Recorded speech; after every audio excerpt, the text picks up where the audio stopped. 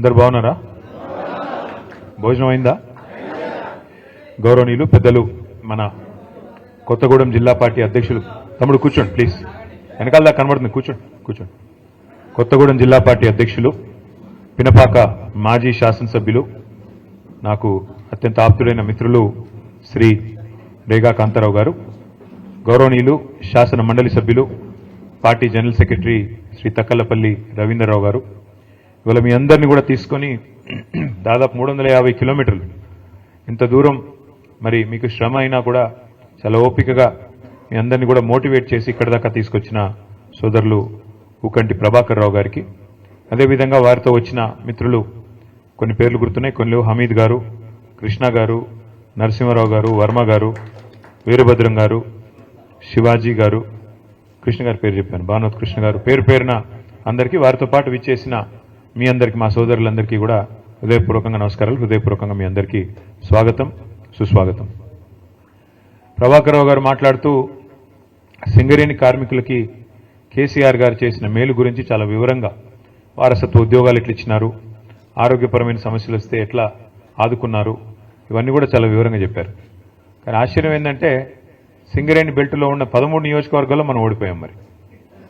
మరి ఎక్కడ తేడా వచ్చింది, ఎక్కడ ఎందుకు మరి టీబీజీకేఎస్కి పార్టీకి ఎక్కడ శృతి కుదరలేదు, ఇది కొద్దిగా లోతుగా అధ్యయనం చేయాల్సిన అంశం. ఎందుకంటే అక్కడ పైన తూర్పు ఆదిలాబాద్ జిల్లాలో ఉండే బెల్లంపల్లి, చెన్నూరు, మంచిర్యాల, అలాగే కిందికి వస్తే ఇంకా మొత్తం గోదావరిలో రామగుండం, ఆ తర్వాత కిందికి మంతిని, తర్వాత మళ్ళీ భూపాలపల్లి, అక్కడి నుంచి మళ్ళీ చివరికి ఇల్లెందు, మనుగూరు, కింది దాకా సత్తుపల్లి దాకా, కొత్తగూడెం దాకా, మొత్తానికి మొత్తం ఒక్కటంటే ఒక్క సీట్లో కూడా 13 సీట్లుంటే గోదావరి పరివాహక ప్రాంతంలో, మీ బొగ్గుగని విస్తరించున్న ప్రాంతంలో ఒక్క సీట్లో కూడా మరి మనం గెలవలేదు.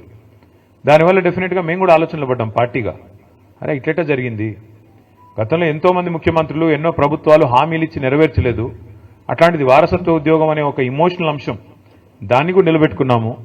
ఇచ్చిన 10 హామీల్లో 8 పూర్తిగా చేయగలిగాము, 2 పాక్షికంగా అయినాయి. అయినప్పటికీ మరి కార్మికులు ఈ రకంగా ఎందుకు మనకు మద్దతు పలకలేదు అనే ఒక ఆలోచన మాత్రం పార్టీలో ఆనాడు కలిగింది. అప్పటికే ఎదురు దెబ్బ తగిలింది మనకు 2023 డిసెంబర్ ఎన్నికల్లో. తదనంతరం వచ్చిన గుర్తింపు సంఘం ఎన్నికల్లో కూడా మనం ఎందుకు యాక్టివ్గా పార్టిసిపేట్ చేయలేదంటే నిజానికి మేము కూడా మదనపడ్డాం. కార్మిక సంఘం పెట్టడం వల్ల లాభం అయిందా, నష్టం అయిందా, కార్మిక సంఘంలో ఉండే పంచాయతీలు ఏమైనా పార్టీ మీద ప్రభావం చూపినాయా, అందులో ఉండే అంతర్గత రాజకీయాలు, ఎందుకంటే ట్రేడ్ యూనియన్ అంటేనే చాలా ఉంటాయి పాలిటిక్స్, దానివల్ల కూడా ఏమైనా నష్టమైందా మెయిన్ పార్టీకి అని చెప్పి కొంత మదనపడ్డాం. అందుకే మరి జరిగిన గుర్తింపు సంఘం ఎన్నికల్లో ఆ తర్వాత నిజానికి అంత క్రియాశీలంగా పార్టీ పనిచేయలేదు. అయినప్పటికీ మనుగురులో నేను మిమ్మల్ని అభినందిస్తా ఉన్నా, 24 ఓట్లతో మాత్రమే మీరు ఓడిపోయారు తప్ప నిజానికి మీరు ఓడిపోలేదు. పార్టీ ఆనాడు పూర్తిగా మద్దతు పలకపోయినా, క్రియాశీలంగా లేకపోయినా, మీ అంతటా మీరుగా కేసీఆర్ గారి మీద ప్రేమతో, తెలంగాణ బొగ్గుగని కార్మిక సంఘం మీద ప్రేమతో అద్భుతంగా పనిచేసి విజయ పంచులని ముద్దాడినందుకు మనుగూరులో ముఖ్యంగా మీ అందరిని నేను అభినందిస్తా ఉన్నాను. అయితే ఈ రోజున్న పరిస్థితి సరిగ్గా 21 నెలలు, మరి దాదాపు ఇంకో 2 రోజులు అయితే ఇంకో 7వ తారీఖు వచ్చిందంటే ఈ ప్రభుత్వం వచ్చి 21 నెలలు దాటి 22 నెలల్లోకి అడుగు పెడుతుంది. ఏం జరిగింది అని ఒకసారి ఆలోచించుకుంటే 21-22 నెలల్లో తెలంగాణలో ఒకటి మాత్రం స్పష్టంగా కనబడతా ఉన్నది. మీరు ఇవాళ ఏ మనిషినైనా అడగండి, తెలంగాణలో ఫలానా వర్గం అని కానీ, ఫలానా కులం అని కానీ, ఫలానా మతం అని కానీ లేదు, ఫలానా వృత్తి అని కూడా లేదు. ఏ ఒక్కరిని మీరు తట్టి అడిగినా ఎట్లా ఉంది ప్రభుత్వం అని అడిగితే అందరూ స్ట్రెయిట్గా ఒక్కటే మాట చెప్తున్నారు, అప్పుడే బాగుంది, ఆనాడు కేసీఆర్ గారు ఉన్నప్పుడే బాగుండేది, ఈ ప్రభుత్వం వచ్చినాక అంత అగమ్యగోచరంగా ఉంది అనే మాట ఇవాళ ప్రతి ఒక్క మనిషి నుండి కూడా వినబడతా ఉంది. ముఖ్యంగా నేను గమనిస్తా ఉన్నది రైతుల్లో. ఇప్పుడే నేను కాంతారావు గారిని అడుగుతా ఉన్నా, అన్న మరి కొత్తగూడెం జిల్లాలో యూరియా సమస్య ఎట్లా ఉంది, యూరియా ఉందా, సమస్య లేదా అంటే భయంకరంగా ఉందన్నా, యూరియా సమస్య కాదు, సంక్షోభం, అది ఆ స్థాయిలో భయంకరంగా ఉంది, రాష్ట్ర వ్యాప్తంగా ఉన్నట్టే మా దగ్గర కూడా తీవ్రంగా రాత్రికే వచ్చి లైన్లు కడుతున్నారు, ఉదయం 3 గంటలకు వస్తున్నారు, చివరి కొంతమంది అక్కడనే పడుకుంటున్నారు, ఆ పరిస్థితి వచ్చింది. ఎన్నికలకు ముందేమో హామీల జాతర, ఎన్నికల తర్వాత ఏమో చెప్పుల జాతర అన్నట్టుగా ఇవాళ ఏ పిఎస్సిఎస్ కేంద్రం దగ్గర పోయినా, ఏ సొసైటీ కేంద్రం కాడికి పోయినా చెప్పులు వరుసలో భయంకరంగా కనబడతా ఉన్నాయి. కానీ ఒక్క మాటకు మాత్రం మనం ఒప్పుకోవాలని చెప్తున్నాడు ఇప్పుడే కాంతారావు గారు. ఏంది అదంటే, అన్నాడు రేవంత్ రెడ్డి గారు నిజాయితీగా ముందే చెప్పాడన్నా, ఆనాటి రోజులు తిరిగి తెస్తానన్నాడు, నిజంగానే తెచ్చాడు. ఆనాడు కాంగ్రెస్ పాలనలో ఏ రోజులైతే ఉండేదో ఆ రోజులు మళ్ళీ తెచ్చాడు. మళ్ళీ కరెంట్ సరిగ్గా రావట్లేదు, మళ్ళీ మోటార్లు కాలిపోతున్నాయి, మళ్ళీ ట్రాన్స్ఫార్మర్లు వెళ్ళిపోతా ఉన్నాయి, మళ్ళీ రైతులు చెప్పుల జాతర పెట్టి పరిస్థితి వచ్చింది. వాస్తవంగా చెప్పాలంటే ఆయన నిజాయితీ గల మోసగాడన్నారు రేవంత్ రెడ్డి గారు. నిజాయితీగా మోసం చేశాడు, చెప్పి మరీ చేశాడు. ప్రజలు ఆయన చెప్పాడు, ఎలక్షన్లకు ముందే చెప్పాడు, ఆయన కొత్తగా ఈరోజు చెప్తలేడు. రేవంత్ రెడ్డి గారు నిజాయితీగానే మోసం చేసిండు. ఆయన అన్నాడు, ప్రజలు మా చేతుల్లో మోసపోవాలనే కోరుకుంటారు. మీరు చూసే ఉంటారు ఆ వీడియో. మరి వాళ్ళు మోసం చేయాలంటే వాళ్ళకి మాట ఇవ్వాలి, మోసం చేయాలి, అదే మేము నేర్చుకున్నామని చెప్పాడు, చేశాడు. నిజానికి మనం ఆనాడు కొంత ఓవర్ కాన్ఫిడెంట్గా కూడా పోయాం. కేసీఆర్ గారు ఆయన ప్రభుత్వం చేసిన పని 10 ఏళ్ల పాటు బహుశా భారతదేశంలో 78 సంవత్సరాల్లో ఎక్కడా కూడా ఏ ప్రభుత్వం కూడా అంత తీవ్ర స్థాయిలో 10 ఏళ్లలో ఇంత అద్భుతమైన ఫలితాలు సాధించలేదు. మీకు 2 చెప్తాను నేను. ఒకటి, మన రాష్ట్రం రాకముందు గోదావరిలో, కృష్ణలో మన నీటికి సంబంధించి పెద్ద ఎత్తున పోరాటాలు జరిగినా ఎన్నడూ ప్రాజెక్టుల నిర్మాణం జరగలేదు. మన బీళ్ళకి గోదావరి నీళ్ళు రాలేదు, కృష్ణా నీళ్ళు రాలేదు. అదే కేసీఆర్ ప్రభుత్వం వచ్చిన తర్వాత ఏం జరిగిందో నాకంటే బాగా మీకే తెలుసు.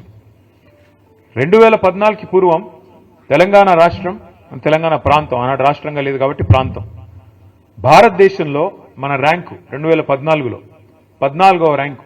ఏది? వ్యవసాయ ఉత్పత్తుల్లో, వ్యవసాయ దిగుబడుల్లో, వ్యవసాయ ఉత్పత్తుల్లో, ముఖ్యంగా మన కాడ పండే వరిలో ఆనాడు మన ర్యాంకు 14. భారతదేశంలో 28 రాష్ట్రాలుంటే మనం సగంలో ఎక్కడో ఉన్నాం. అదే కేసీఆర్ గారి నాయకత్వంలో ఒకవైపు గోదావరిలో, మరొక వైపు కృష్ణానదిలో ప్రతి నీటి బొట్టును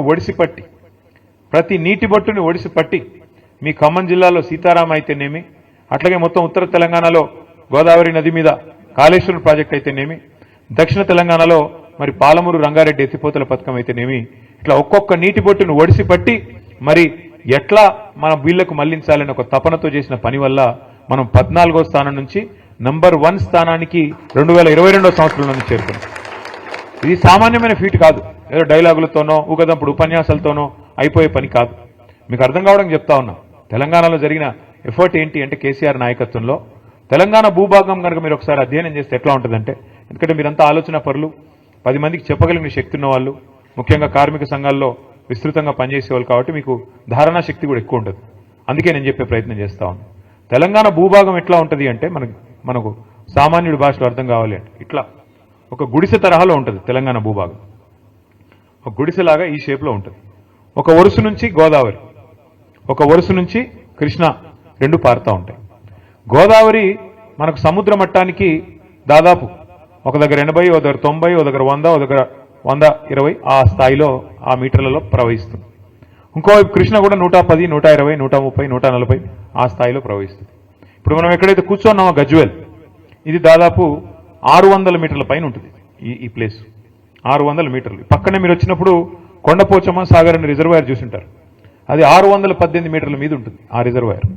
అట్లాగే హైదరాబాద్ మహానగరం 535 మీటర్ల మీద ఉంటుంది. కిందికి పోతే మిడ్ మానేర్ అనేది 350 మీటర్ల మీద ఉంటుంది. ఎందుకు చెప్తా ఉన్నా ఇదంతా అంటే, ఇప్పుడు మీరందరికీ వ్యవసాయం పట్ల కనుక అభిరుచి ఉన్నా, వ్యవసాయం పట్ల కనీసం అవగాహన ఉన్నా మీకు తెలుసు, ఒక రైతు తన పొలంలో బోర్వెల్ వేస్తే బోరుకు మరి గ్రౌండ్ వాటర్ లాగాల, భూమి అడుగులో ఉన్న నీళ్ళని పైకి లాగాలి అంటే బోరింగ్ వేసి, పైపింగ్ వేసి, కేసింగ్ వేసి మొత్తానికి మోటార్ పెట్టి నీళ్లు గుంజాల. 3 HP మోటారో, 5 HP మోటారో, ఇంకా పెద్ద మోటారో పెట్టి మొత్తానికి నీళ్లు లాగుతాం పైకి.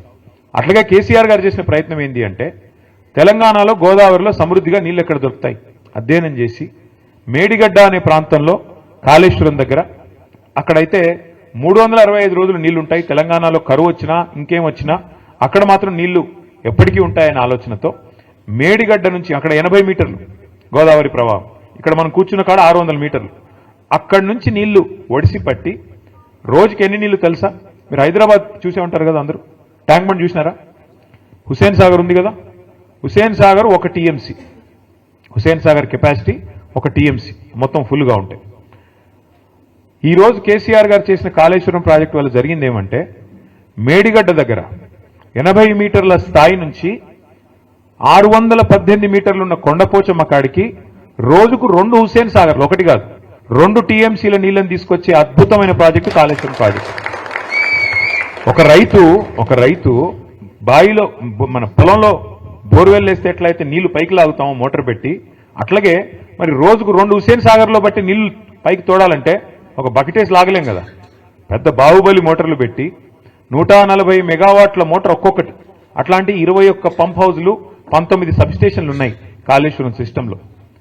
దానివల్ల అక్కడ గోదావరి 80 మీటర్ల నుంచి తీసుకొని ఒక్కొక్క స్టేజ్ ఎక్కిస్తూ మధ్యలో 300 మీటర్ల కాడికి మిడ్ మానేర్ తెచ్చి అక్కడి నుంచి పైకి తెచ్చి అట్లా 15 రిజర్వాయర్లు, అట్లా 19 పంప్ హౌజ్లు, 21 సబ్స్టేషన్లు, 100 కిలోమీటర్ల గ్రావిటీ మన సొరంగ మార్గాలు, 1000 కిలోమీటర్ల గ్రావిటీ ఛానల్స్, ఇవన్నిటి సమాహారం కాళేశ్వరం. 3 బ్యారేజీలు, ఇవన్నిటి సమాహారం కాళేశ్వరం. అట్లాంటి ప్రాజెక్టు కాళేశ్వరం ప్రపంచంలోనే అతి పెద్ద లిఫ్ట్ ఇరిగేషన్ ప్రాజెక్ట్ ఎక్కడ, ప్రపంచంలో, భారతదేశంలో కాదు, ఎక్కడ ఉంది అంటే మన తెలంగాణలో ఉంది. దాని పేరు కాళేశ్వరం. ఇవాళ కేసీఆర్ గారు చేసిన బృహత్ ప్రయత్నం వల్ల, భగీరథ సంకల్పం వల్ల, మరి అప్పుడెప్పుడో శివుడు గంగను భూమి నుంచి దివికి దింపారంటారు, ఇది ఆకాశం నుంచి కిందికి తీసుకొచ్చారంటారు. కానీ కేసీఆర్ గారు చేసింది ఏం తెలుసా? కింది నుంచి మీదికి తీసుకొచ్చి ఇవాళ 80 మీటర్ల నుంచి 618 మీటర్లకు తెచ్చితే దానివల్ల ఏం జరిగింది? ఒక రైతుల పొలాలకు నీళ్లు మాత్రమే కాదు, మార్గమధ్యంలో ఉండే అన్ని గ్రామాలు, అన్ని పట్టణాలకి మంచినీళ్లు. అట్లాగే ఇప్పుడే నేను మీకు చెప్పాను, హైదరాబాద్ మహానగరం 535 మీటర్ల మీద ఉంటుంది. ఇప్పుడు మనం కూర్చున్న ప్రాంతం కొండపోచమ్మ సాగర్ 15 టీఎంసీల సామర్థ్యం, అంటే 15 హుసేన్ సాగర్ల సామర్థ్యం. కొద్దిగా కిందికి పోతే మల్లన్న సాగర్ 50 టీఎంసీల సామర్థ్యం, అంటే 50 హుసేన్ సాగర్లతో సమానం. ఈ రెండు కూడా హైదరాబాద్ నెత్తి మీద కుండబెట్టినట్టే. ఈ రెండు శాశ్వతంగా హైదరాబాద్ అనే మహానగరానికి ఇవాళ 1 కోటి జనాభా ఉన్నారు. రేపు 3 కోట్లైనా ఇబ్బంది లేకుండా రాబోయే 50 సంవత్సరాలు హైదరాబాద్ మహానగరం యొక్క తాగునీటి గురించి కూడా ఆలోచించిన ఒక దార్శనికుడు, విజనరీ లీడరు మన నాయకుడు కేసీఆర్ గారు. తాగునీరు, సాగునీరు, మార్గమధ్యంలో ఉండే ఇండస్ట్రీలకు నీళ్లు, ఇన్ని రకాలుగా ఆలోచన చేసి ఆ గోదావరిలోని ప్రతి నీటి బొట్టును ఒడిసిపట్టి నీళ్లు తీసుకొస్తే ఇవాళ ఆ కేసీఆర్ గారి మీద సిబిఐ కేసు. మాట్లాడితే తెల్లారలేస్తే బీజేపీ, కాంగ్రెస్ కత్తులు దూస్తారు. రాహుల్ గాంధీ గారు ఏమంటారు? సిబిఐ అనేది మోడీ గారు జేబు సంస్థ అంటాడు. మరి ఇక్కడ రేవంత్ రెడ్డి గారు ఏమంటున్నారు? కాదు సిబిఐ చాలా మంచి సంస్థ, వాళ్ళకే ఇస్తానని చెప్పి దేశమంతా కాంగ్రెస్ పార్టీ దుమ్మెత్తిపోస్తుంటే సిబిఐ, ఈడీ, ఐటీ మీద ఇక్కడ ఉన్న రేవంత్ రెడ్డి గారు మాత్రం లేదు సిబిఐ చాలా అద్భుతమైన సంస్థ, చాలా గొప్ప సంస్థ, వాళ్ళకే ఇస్తానని చెప్పి ఇస్తే ఏం అర్థం చేసుకోవాలి మనం? దీని వెనుక ఉన్న రాజకీయం ఎట్లా అర్థం చేసుకోవాలి మనం? ఇందాక జగదీష్ రెడ్డి గారు చెప్పింది అక్షర సత్యం. ఇవాళ తెలంగాణ పచ్చబడుతుంటే కొంతమంది కళ్ళు ఎర్రబడుతున్నాయి, నచ్చట్లేదు వాళ్ళకి. వాళ్ళ కడుపులో ఎక్కడో దేవినట్టు అవుతున్నది.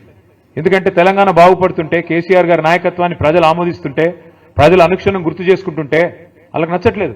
ఇక్కడ కార్మికులు బాగుండకూడదు, ఇక్కడ రైతులు బాగుండకూడదు, ఇక్కడ దరిద్రం తాండవిస్తేనే మన రాజకీయం సాగుతుంది అనే విధంగా ఇవాళ కాంగ్రెస్, బీజేపీ రాజకీయం చేసి ఇద్దరు కలిసి కేసీఆర్ గారి మీద ఏదో రకంగా కక్ష సాధింపు, ఏదో కేసు పెట్టి, ఏదో రకంగా బదనాం చేసి ప్రజల్లోకి పోయి ఏదో ఒకటి చేయాలా అని ఒక దుర్బుద్ధితో వ్యవహారం చేస్తూ ఉన్నారు. 21 నెలల్లో కాంగ్రెస్ ప్రభుత్వం సాధించింది ఏందయ్యా అంటే ఏమీ లేదు, ఉత్త శుష్కప్రియాలు, శూన్యాస్తాలు, డైలాగులు తప్ప తెల్లారు లేస్తే ఒక్క పని జరిగిందా? ఆ డైలాగులు కూడా ఎంత నికృష్టమైన డైలాగులు. ప్రపంచంలో ఎవరైనా సరే అప్పు లేని మనిషి ఉంటాడు ఎవడన్నా? ఉన్నారా ఇక్కడ ఎవరన్నా? ప్రభాకర్ గారు మీకు అప్పు ఉందా లేదా? అప్పు లేనివాడు ఎవడు ఉంటాడా? అందరికీ ఉంటుంది అప్పు. అప్పు లేకుండా పనులు అవుతాయా? అప్పున్నా, ఎన్ని తిప్పలున్నా, లోపల బనీనికి పొక్కలున్నా, పైకి వెళ్ళి మాత్రం మంచి అంగి వేసుకుంటామా లేదా? మంచి అంగి వేసుకొని కడక్ అంగి వేసుకొని వస్తాం. ఎందుకు? మళ్ళీ ఎవడన్నా అప్పు ఇవ్వాలి కదా. దుకాణం నడవాలంటే తెల్లారి మరీ అప్పు పుట్టితేనే కదా నడిచేది, రొటేషన్ కదా, అట్లుంటుంది వ్యవహారం. కానీ మన ముఖ్యమంత్రి ఏమంటున్నాడు? అప్పే పుట్టట్లే అంటలేదు, ఘోరం. నా రాష్ట్రం మొత్తం సంకనాకిపోయింది, నా రాష్ట్రం క్యాన్సర్ పేషెంటు, నా రాష్ట్రం ఎయిడ్స్ రోగి, ఎవడిస్తాడు మరి అప్పులు? చివరికి ఏమంటున్నాడు ముఖ్యమంత్రి గారు ఈరోజు? చాలా విచిత్రం. నేను ఢిల్లీకి పోతే నాకు అపాయింట్మెంట్లు ఇవ్వట్లేదు, ఎక్కడ చెప్పులు ఎత్తుకపోతాడేమో అని భయపడుతున్నారు. ఎవడన్నా ముఖ్యమంత్రి మాట్లాడతాడా? నాకు అర్థం కాదు ఇంత దారుణంగా. ఇంకా నికృష్టం ఏంటంటే ఆయన అంటాడు, నీ గుడ్లు వీకి గోటిలు ఆడతా, నీ పేగులు మెడలేసుకుంటా. ఇది ముఖ్యమంత్రి మాట్లాడాల్సిన మాటల. పేగులు మెడలేసుకోవడం ఏంది? బోటి కొట్టుటోడు వేసుకుంటాడు పేగులు మెడలు. నువ్వెందుకు? నాకు అర్థం కాదు. ఈయనే ముఖ్యమంత్రి, లంకె బిందెలు ఉన్నాయనుకుని వచ్చినా. నేను చాలా మంది ముఖ్యమంత్రులు చూసాం మేము అందరం కూడా. రాజశేఖర రెడ్డి గారు, చంద్రబాబు నాయుడు గారు, ఎన్టీ రామారావు గారు, కిరణ్ కుమార్ రెడ్డి గారు, రోసయ్య గారు, చాలా మందిని చూసినాం. ఇట్లాంటి ముఖ్యమంత్రిని మాత్రం ఎవరిని చూడలేదు. కేసీఆర్ గారు ఒకరు కాదు, ఇంతమంది ముఖ్యమంత్రులను చూస్తే ఈరోజు ఇంత విచిత్రమైన ముఖ్యమంత్రి. ఇప్పుడు ఎన్నికల ముందు ఆయనే హామీ ఇచ్చాడు, నోటికొచ్చిన హామీలు, ఒకటి ఇట్లా అట్లాగా 420 హామీలు, ఎవరికి ఏది అడిగితే అది ఇస్తా పో అన్నాడు. అర్రాస్ పాట లెక్కనే, వేలం పాటలాగా. ఏది? కేసీఆర్ 2000 ఇస్తుండా, నేను 4000 ఇస్తా. కేసీఆర్ ఒక ముసలమ్మకి ఇస్తున్నాడా, నేను ఇద్దరికి ఇస్తా. కేసీఆర్ ₹1,00,000 ఇస్తుండా, నేను తులం బంగారం ఇస్తా. కేసీఆర్ 10,000 ఇస్తుండా, నేను 15,000 ఇస్తా. కేసీఆర్ ఇంత ఇస్తే నేను అంత ఇస్తా, అంత ఇస్తే ఇంత ఇస్తా. నోటికొచ్చినట్టు వాగి, అది కూడా ఏంటి మళ్ళీ మీ జిల్లాలో ఉన్న ఉప ముఖ్యమంత్రి భట్టి గారు, ఆయన డైలాగులు బీభత్సమైన డైలాగులు. ఈ గ్యారంటీ కార్డు భద్రంగా పెట్టుకోండి, మేము వస్తానే ఉన్నాం, జాగ్రత్తగా దాచిపెట్టుకోండి, 100 రోజుల్లోనే చేసేస్తాం. 100 రోజుల్లో మీరు అది పెట్టుకుంటే వాళ్ళు వస్తారు, అధికారులు వస్తారు, తీసుకుంటారు, మీకు కావాల్సినవన్నీ మీ ఖజానాలో వేసేస్తారు, మొత్తం స్వర్గం అయిపోతుంది, భూతల స్వర్గం కాంగ్రెస్ నాయకత్వంలో. ఆ రోజు డైలాగులు. ఆ రోజు అడిగారు విలేకరులు, అయ్యా మరి మీరు చెప్తున్నాయని అమలు చేయాలంటే 4 స్టేట్ల బడ్జెట్ కావాలా, 4 దక్షిణాది రాష్ట్రాల బడ్జెట్ కావాలా, ఎట్లా చేస్తారా స్వామి అంటే, మా కాంగ్రెస్ పార్టీకి చాలా తెలివి ఉంది, మాది 100 సంవత్సరాల చరిత్ర, మావాడు ఒక్కొక్కడు 6 ఫీట్లు ఉన్నాడు, మాకు తెలివి లేదంటారా, బ్రహ్మాండంగా సంపద పెంచుతాం, మేము ఇది చేస్తాం అది చేస్తాం అని డైలాగులు. ఇవాళ ఏమైందా అంటే బీదర్పులు. ఏమని? కేసీఆర్ దివాలా చేయించాడు, అప్పులపాలైపోయింది రాష్ట్రం. నేను ఒక్కటే అడుగుతా ఉన్నా మిమ్మల్ని, కాంగ్రెస్ నాయకుల్ని కానీ మిమ్మల్ని కానీ ఆలోచించమని అడుగుతా ఉన్నా. కేసీఆర్ గారు ముఖ్యమంత్రిగా ఉన్నప్పుడు కరోనా మహమ్మారి మొత్తం ప్రపంచం అంతా వచ్చింది, మన దాంతోపాటు మనకు కూడా వచ్చింది. ఎవడో అనుకోలే మూతికి బట్టలు కట్టుకొని ఇంట్లో కూర్చుంటామని. కూర్చున్నాం, బతుకుంటే బల్సార్ తినొచ్చు అని చెప్పి ఎవరింట్లో వాళ్ళు నోరు మూసుకుని మొత్తం దాదాపు సంవత్సరంన్నర కూర్చున్నాం. దానివల్ల ఏమైంది? ₹1 ఆదాయం లేదు ప్రభుత్వానికి అన్నాడు, రూపాయి కూడా లేదు. ఎందుకంటే బయట పనులు జరుగుతూనే కదా ప్రభుత్వానికి ఆదాయం వచ్చేది. బొగ్గు కానీ నడిస్తే, అక్కడ బొగ్గు తవ్వితే, బొగ్గు బయటకు వస్తే, బొగ్గు అమ్మితే అట్లే కదా ఆదాయం వచ్చేది. సింగరేణి సంస్థ కూడా దాని నుంచి వస్తుంది. అందులో మాకు కూడా ట్యాక్స్ రూపంలో గవర్నమెంట్ డబ్బులు వస్తాయి. ఒకడు సబ్బు కొనాలి, ఒకడు పప్పు కొనాలి, ఒకడు ఉప్పు కొనాలి, అవి కొంటేనే కదా ఆదాయం వచ్చేది. ఏదీ లేదు. మొత్తం సంవత్సరం పాటు ఎక్కడక్కడ తలుపులు బిడాయించుకొని ఇంట్లో ఉన్నారు. దానివల్ల ఏమైంది? ఆదాయం 0. కేసీఆర్ గారు ముఖ్యమంత్రిగా ఉన్నప్పుడు, ప్రభుత్వం ఉన్నప్పుడు ఆదాయం 0 అయినా రైతు బంధు ఆగిందా? పెన్షన్లు ఆగినాయా? కళ్యాణ లక్ష్మి ఆగిందా? షాదీ ముబారక్ ఆగిందా? పంటల కొనుగోలు ఆగినాయా? అంటే జీతాలు ఆగినాయా? కొద్దిగా ఆలస్యంగా పడ్డాయేమో, ఆగలేదు కదా. దమ్మున్న నాయకుడుంటే, దమ్మిడి లేకపోయినా సంక్షేమ పథకాలు ఆగవు. ప్రభుత్వం చిత్తశుద్ధి గల ప్రభుత్వం ఉంటే పనులు చేస్తారు తప్ప సాకులు వెతకదు. ఈ సన్నాసులు వీళ్ళకి పని చేయడం చేత కాదు, ప్రభుత్వం నడపడం చేత కాదు. ఎంతసేపు ఢిల్లీకి మూటలు పంపాలా, పదవులు కాపాడుకోవాలా తప్ప ఇంకో సోయి లేదు. ఏం చేయాలి మరి? తెల్లారులైతే కేసీఆర్ తిట్టాలి. తిడితే చివరికి ఆఖరికి పార్లమెంట్లో కూడా మన వాళ్ళు బీజేపీ ఎంపీయే రఘునందన్ రావు అని బీజేపీ ఎంపీ ఉంటే ఆయన ప్రశ్న వేసినాడు పార్లమెంట్లో. ఏమని? అసలు తెలంగాణలో అప్పులు ఎంత అని కేంద్ర ప్రభుత్వాన్ని అడిగినాడు. కేంద్ర ప్రభుత్వం కుండబద్దలు కొట్టినట్టు చెప్పింది. మొత్తం లెక్కలు controller and auditor general, finance department వాళ్ళందరినీ అడిగి తీసుకొని కుండబద్దలు కొట్టినట్టు చెప్పింది. 10 ఏళ్లలో కేసీఆర్ ప్రభుత్వం చేసిన అప్పు, వదిలిపెట్టిపోయిన అప్పు 3.5 లక్షల కోట్లు. అందులో కేసీఆర్ గారు రాకంటే ముందే 72,000 ఉంది, ఆయన వచ్చినాక 2,80,000 కోట్ల అప్పు చేసినాడు. ఇది మాత్రమే అప్పు అంటూ మన కేంద్ర ప్రభుత్వం స్పష్టంగా పార్లమెంట్లో చెప్పింది. అయినా సిగ్గులేదు. కేంద్ర ప్రభుత్వం పార్లమెంట్లో చెప్పిన సిగ్గు ఎంత మాత్రం లేదు కాంగ్రెస్ వాళ్ళకి. ఒకడు 6 లక్షలు అంటాడు, ఇంకొకడు 7 లక్షలు అంటాడు, ఇంకోటి 8 లక్షలు. ఎవడికి నోటికి ఎంత వస్తే అంత, ఎంత వస్తే ఎంత తోస్తే, ఎక్కడ ఉంటే అక్కడ నోటికి ఎంత వస్తే అంత మాట్లాడుతూ ఉన్నారు. ఆధారం ఏంది, ప్రామాణికమైంది, పత్రం ఏంటంటే ఎవరి దగ్గర ఏం లేదు. నోటికి ఎంత వస్తే అంత మాట్లాడాలా, అదరగొట్టాలా, ఉపన్యాసాలు ఇవ్వాలా, మీడియాను మేనేజ్మెంట్ చేసుకోవాలా, ప్రజల్ని మోసం చేయాలా, మళ్ళీ ఇటగే వ్యవహారం నడిపిస్తూ ఉండాలా. ఏం చేస్తున్నారు సక్సెస్ఫుల్గా వాళ్ళు? వాళ్ళ మీదికి రాకూడదు దృష్టి. అందుకే ఏం చేస్తున్నారు? 6 గ్యారంటీలు ఎవరు అడగొద్దు, సింగరేణిలో ఇచ్చిన హామీలు మీరు అడగొద్దు. ఏం చేయాలి మరి? ఏదో డైవర్షన్ గేమ్ ఆడాలి. ఓ రోజు కాళేశ్వరంలో కేసీఆర్ అరెస్ట్, సిబిఐ అని కొన్ని రోజులు టైంపాస్.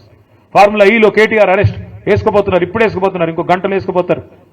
ఇక తర్వాత రెగ్యులేటరీ విద్యుత్ దానిలో జగదీష్ రెడ్డి అరెస్ట్.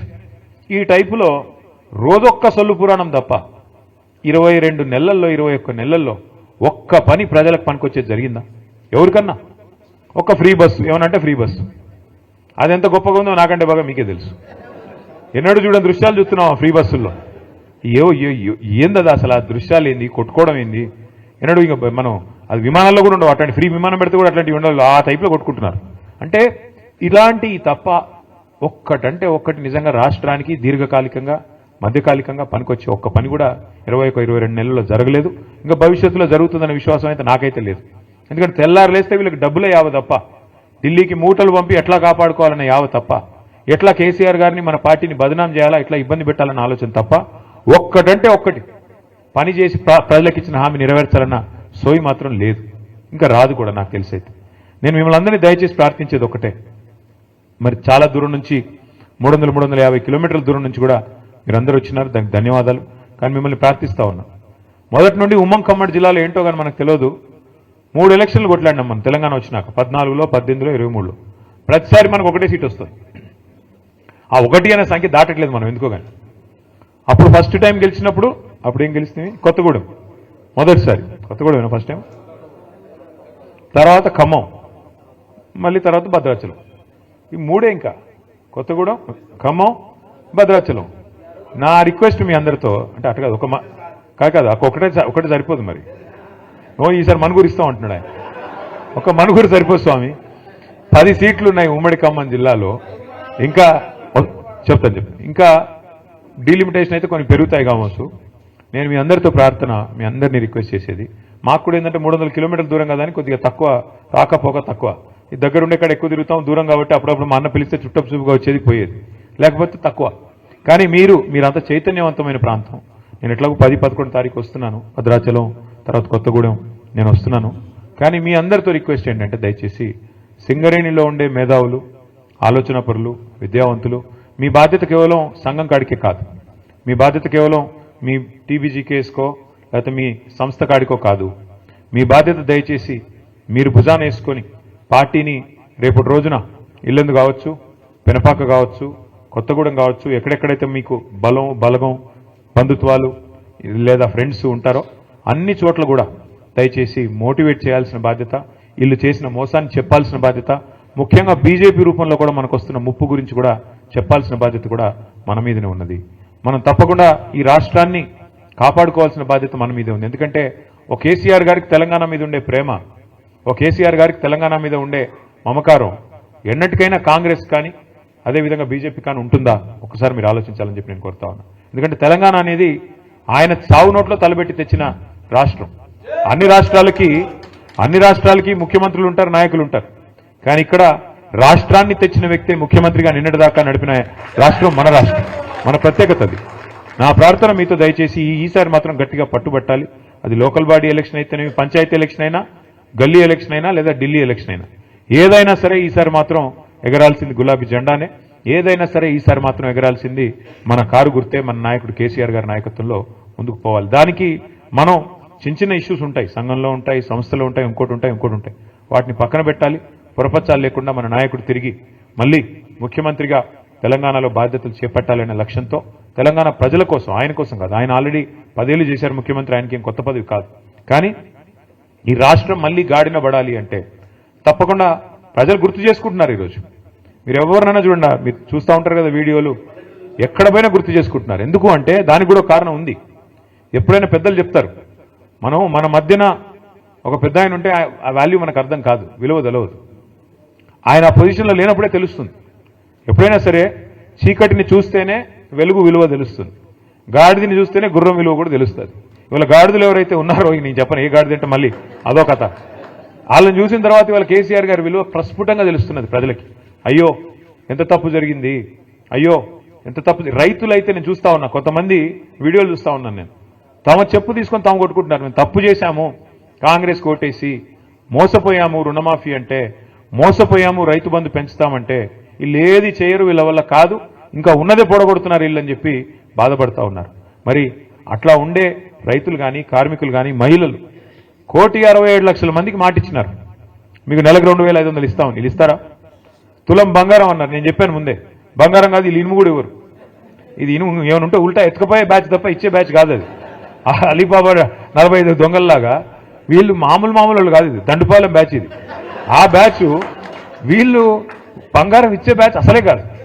మహిళల్ని కూడా అట్లా బుట్టలు వేసుకున్నారు, వాళ్ళని కూడా మోసం చేశారు. కాబట్టి ఒక్కొక్కరిని మనం చైతన్యవంతులు చేసి ఒక్కొక్క వర్గాన్ని దగ్గర తీసుకొని జాగ్రత్తగా ఒక్కొక్కటిగా ఇంకా మనకు టైం ఉంది, మనకేం తొందర లేదు, మనకేం ఇప్పటికిప్పుడు ఉరుకులు పెట్టాల్సిన అవసరం లేదు, టైం ఉంది. కానీ నిజంగా కూడా గొప్పగా అనిపించింది ప్రభాకర్ రావు గారు చెప్తుంటే, ఒక అధికార పార్టీని వదిలిపెట్టి ఇంకా 3 ఏళ్లు సమయం ఉండగా లేదు ఆ పార్టీ మాకు వద్దు, మాకు మా మాతృ సంస్థ బీఆర్ఎస్ అంటేనే మమకారం, కేసీఆర్ గారు అంటేనే మమకారం అంటూ 350 కిలోమీటర్ల దూరం మరి దాదాపు ఉదయం 3 గంటలకు లేచి బయలుదేరి వచ్చిన మీ అందరికీ కూడా శిరస్సు వంచి హృదయపూర్వకంగా స్వాగతం తెలియజేస్తూ ముందుగా అందరం కూడా కండువాలు కప్పుకుందాం, కానీ కొద్దిగా ఒక పద్ధతిలో ఒకవైపు నుంచి ఒకవైపు పోయేటట్టు కండువాలు కప్పుకుందాం. ఒక్క నిమిషం మాట్లాడదాం చేద్దాం. ముందైతే మనం ఫోటోలు దిగి ఆ తర్వాత మీరు అన్నదాన్ని చేసుకుందాం. పేరు పేరున మళ్ళీ ఒకసారి మీ అందరికి నమస్కారం. జై తెలంగాణ, జై కేసీఆర్. ఒక పని చేద్దాం,